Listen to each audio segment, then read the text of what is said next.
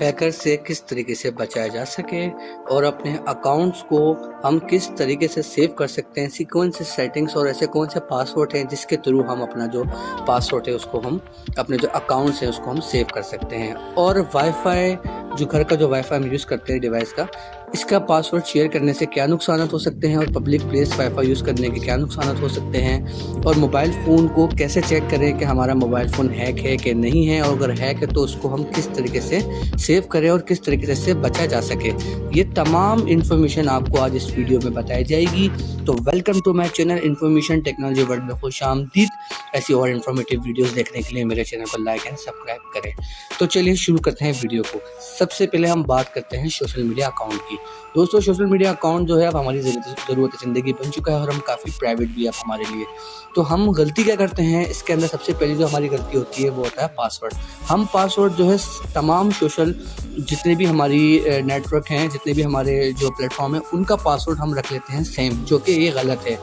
अगर कोई एक भी अकाउंट हैक होता है तो हैकर क्या करते हैं, फिर वो बआसानी उसके लिए बहुत आसान होता है तमाम आपके अकाउंट्स को हैक करना। तो आप सबसे पहले करना ये है कि आपने अपना पासवर्ड जो है बिल्कुल मुख्तलिफ रखना है तमाम का। यूट्यूब का अपना इंस्टाग्राम का अलग रखना है, फेसबुक का अलग रखना है, ट्विटर का अलग रखना है, जीमेल का अलग। ये तमाम पासवर्ड अलग होंगे। तो ये एक पहला स्टेप होता है हैकर से बचने का।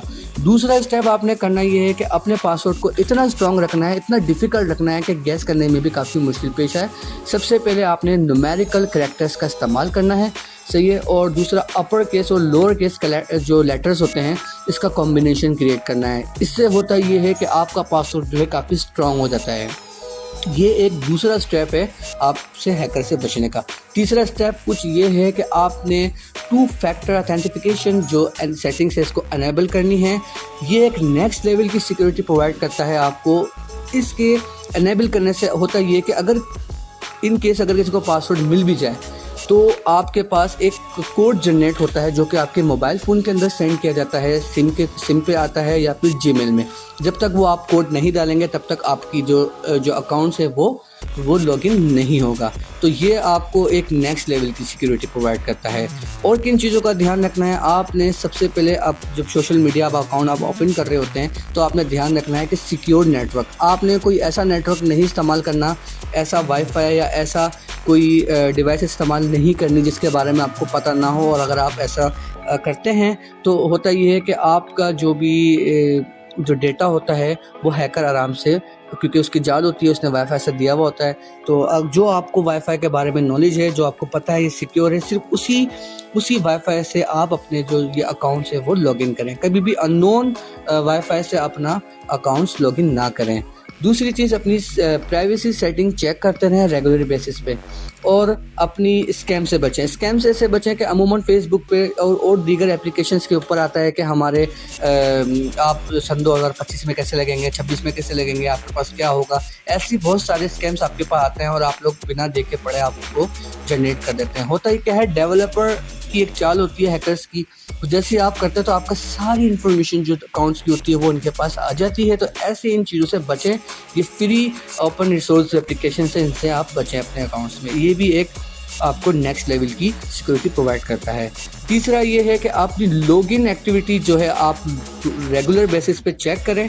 और अगर आपको कोई अननोन एक्टिविटी नज़र आती है तो आप सबसे पहले अपना पासवर्ड को जो वो चेंज कर दें। इससे भी आपको बहुत मदद मिलेगी।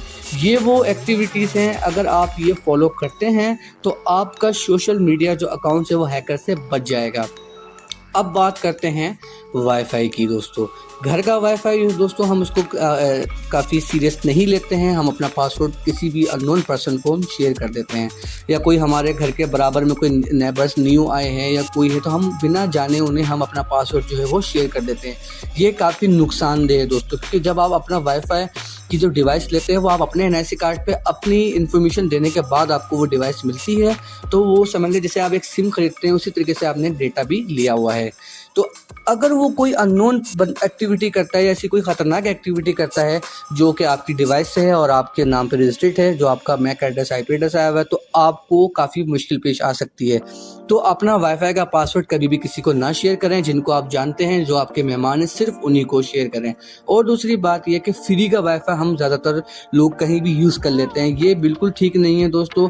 फ्री का वाईफाई यूज़ करने के नुकसान बहुत ज़्यादा हैं। ये हैकर्स की चाल होती है कि जैसे ही आप वाईफाई यूज़ करते हैं तो तमाम आपके वो मोबाइल लैपटॉप में बआसानी दाखिल हो जाता है, आप उसको एक्सेस राइट दे देते हैं। तो ये आप इन चीज़ों का ध्यान रखें कि अपना घर का पासवर्ड किसी को ना शेयर करें और कोई भी बाहर का फ्री वाईफाई यूज़ ना करें। अपना डेटा यूज़ करें बाहर और अपना घर का वाईफाई का पासवर्ड किसी को शेयर ना करें। दोस्तों, ये अब बात करते हैं हम मोबाइल की। मोबाइल को किस तरीके से चेक किया जा सके कि हमारा मोबाइल फ़ोन हैक है कि नहीं है, और अगर ये हैक है तो ये हमें किस तरीके से पता चले कि हमारा मोबाइल फ़ोन हैक है। तो मैं आपको कुछ स्टेप बताऊंगा। अगर आप इन स्टेप को गौर से समझेंगे तो आपको पता चल जाएगा कि आपका मोबाइल फ़ोन हैक है और कैसे इससे बचा जा सके।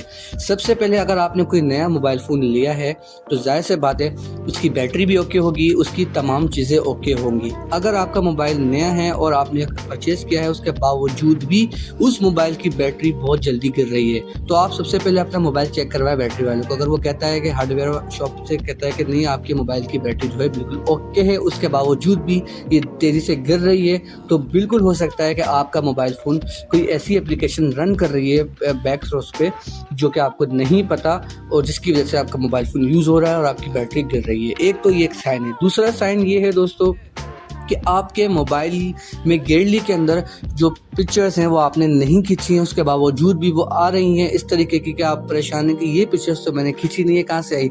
तो ये होता है कि हैकर रिमोटली वर्क कर रहा होता है। इन केस उससे गलती से पिक्चर स्नैप हो जाती है, खिंच जाती है, तो वो पिक्चर जो है वो डिलीट तो नहीं कर सकता, वो आपके अकाउंट में आ जाती है। तो अगर ऐसी कोई पिक्चर्स आप देखें तो आप समझ जाएं आपका मोबाइल फ़ोन हैक हो चुका है या कोई यूज़ कर रहा है। तीसरी चीज़ ये कि अगर आपका फ्लैश खुद ब खुद ओपन हो जाए या फिर खुद ब खुद ऐसी कोई मिस कॉल्स या कॉल्स आ रही हों जो कि आपको नहीं पता हो, अननोन हो, या खुद ब खुद ऐसी अननोन एक्टिविटी आपके मोबाइल में चल रही हो, तो आप फ़ौरन समझ जाएं कि आपका मोबाइल फ़ोन जो है वो हैक पर लग चुका है। और आपको एक और एक्टिविटी बताता हूँ कि हम अमूमन जैसे कि मोबाइल फ़ोन लेते हैं, उसकी स्पेसिफिकेशन भी अच्छी होती है, उसके बावजूद भी वो हैंग हो रहा होता है और हम परेशान हो रहे होते हैं। तो दोस्तों, होता है कि बैक रिसोर्स पे ऐसी एप्लीकेशन चल रही होती हैं जिनका हमें नज़र नहीं आ रहा होता है और फिर मोबाइल जो है वो हैंग होना शुरू हो जाता है। तो ये वो निशानदेही हैं जिसकी मदद से आप पता कर सकते हैं कि आपका मोबाइल फ़ोन हैक है। अब इस चीज़ों से बचाया कैसे जा सके? सबसे पहले आपने थर्ड पार्टी एप्लीकेशन कोई भी डाउनलोड नहीं करनी है। थर्ड पार्टी एप्लीकेशन डाउनलोड करने का मकसद ये होता है कि हम उस डेवलपर को, उस कंपनी को अपना तमाम जो एक्सेस उसने हमसे मांगे हैं, हमने वो खुद उसे प्रोवाइड किए हैं। तो वो एप्लीकेशंस यूज़ करें जो कि आपको, जिसके बारे में आपको इन्फॉर्मेशन हो, जो कि लीगल हो, इलीगल ना हो, और उस एप्लीकेशन के बारे में आपको नॉलेज कंप्लीट हो। और वाईफाई मोबाइल का आप वो यूज़ करें जैसे कि फ्री, अभी मैंने आपको डिटेल बताई थी वाईफाई के बारे में, तो कोई भी अननोन वाईफाई आप अपने मोबाइल से कनेक्ट ना करें, इससे भी आपका मोबाइल फ़ोन बहुत जल्दी हैक हो सकता है, हैकर के लिए आसानी होती है। तो ये वो जो मैंने आपको बताई हैं। और दूसरी बात ये कि आप अपने मोबाइल को हर महीने बाद आप उसको रीसेट करें। दोस्तों, रीसेट करने से फ़ायदा ये होता है कि आप फैक्ट्री रीसेट करने से फ़ायदा ये होता है कि आप अपने मोबाइल का जो डेटा है एक पेन ड्राइव में सेव करें। महीने बाद या 1.5-2 महीने बाद आप इस मोबाइल को फैक्ट्री रीसेट करेंगे तो आपके मोबाइल जो है एकदम फ्रेश हो जाएगा। इसके अंदर तमाम जितनी भी एप्लीकेशंस होती हैं जिन्होंने एक्सेस लिया हुआ होता है वो डिलीट हो जाता है, फिर उनको दोबारा दरकार होती है एप्लीकेशंस की जो एक्सेस की मांगने की।